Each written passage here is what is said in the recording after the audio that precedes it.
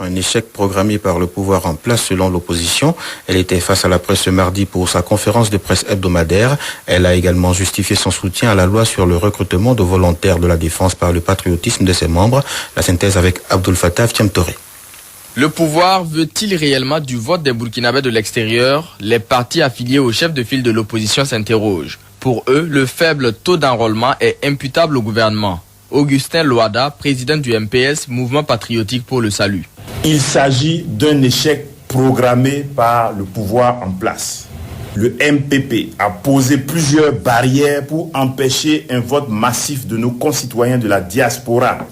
Tout a été savamment orchestré pour en arriver à ce résultat squelettique. L'opposition fustige le manque de coordination entre les activités de la CENI et de l'ONI et demande une prorogation de la période d'enrôlement et que les sites soient davantage rapprochés des Burkinabés. Sur la situation sécuritaire et au lendemain de l'attaque contre le village de Silgadji, l'opposition interpelle le gouvernement sur sa responsabilité. Elle dit également avoir voté pour la loi sur le recrutement de volontaires par patriotisme.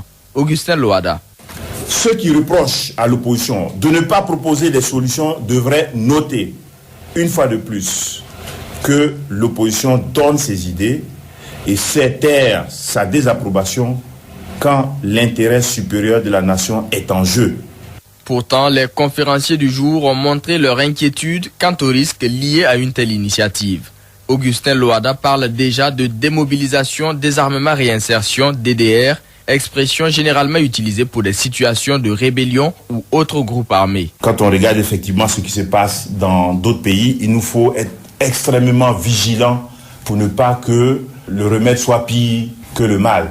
L'opposition a regretté le recul du Burkina sous la gestion du MPP dans le classement Transparency International des pays les moins corrompus. Le pays passe de 72e en 2016 à 85e en 2019.